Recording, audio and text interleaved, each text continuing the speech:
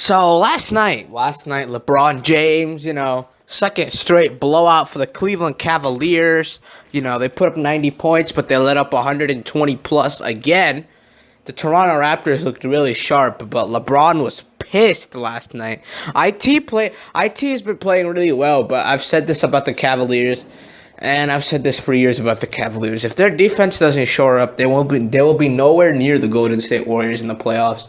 And everybody knows this, and I feel bad because LeBron is really maximizing his talent. He's putting up triple doubles early in the year. They're playing well, and now after IT came in, they're sort of, sputtering, which I thought would happen, which it's normal, You add a new player to the rotation and you sputter a little bit, It's just how basketball works is just how that structure works. You had a new player, you make adjustments, but I think the real problem, I think, that needs to be adjusted here, and I think will be in time for the playoffs, will be the Cavs' defense. The Cavs playing well offensively. I don't think it's LeBron's fault. It's nobody's fault. In a season, you have slumps, you have bad times, and the Cavs, they had their little winning streak earlier in the year, and now they're sort of going through that phase where they get IT back, and they're sort of trying to remesh with the team, and they're trying to get everyone together, and the East, I guess, is tougher this year. That's what they're saying. I mean, I don't think it's ever going to go away from LeBron. It's always going to be LeBron's East until LeBron retires, and LeBron is getting older, so they're trying to say other stuff about LeBron. And so I just think the Cavaliers, they're playing well. They're playing on a good pace. The two games, Timberwolves, Raptors, both good teams. Defensively, you have to be there. Defensively, they weren't there. Here's the problem with the Cavs right now. It's just that they're trying to add new pieces, and they're trying to put stuff together. So I don't think this is a big concern. I did see LeBron James yelling in the huddle the other day. That was surprising. I did not think LeBron would do something like that. I did not think LeBron would take over. He looked like a coach last night, if you saw the picture. And then they had a funny picture of Kyrie Irving liking it because LeBron James is obviously frustrated. He wants his team to play with a lot of urgency. He knows how important it is. He doesn't want his team to be a 3 seed going into the playoffs because not only would they not have home court first round, they wouldn't have home court second round. So I think that would be crucial for them to probably get a 2 or at least get a 2, which I think they will. I don't think the Raptors can sustain what they're doing right now. I think the Celtics will even have a tough time of sustaining what they have. Miami Heat are at 4 right now. That's interesting, Miami Heat at 4.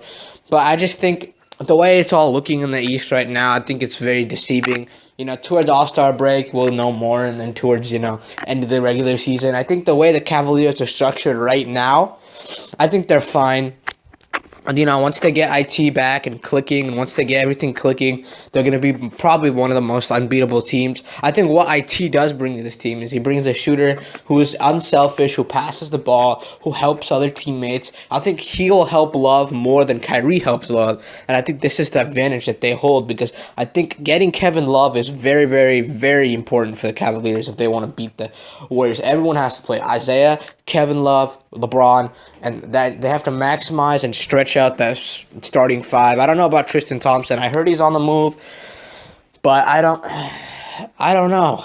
They've been saying stuff about Tristan Thompson being on the move for DeAndre Jordan, but I think the Cavaliers are fine. I think people need to quit panicking about the Cavaliers. I got all these media stuff going on, and it's just I think the Cavaliers are just in that mid-season stretch right now where they're just not playing well, and I think they'll be fine. I think they will. I think it's interesting to see how they'll respond from this one because they had one earlier in the year where they were they couldn't play any defense. They looked crappy at the beginning of the year. I post the big win against the Celtics opening night. They looked kind of crappy after that. Went on a winning streak. Now they look crappy again.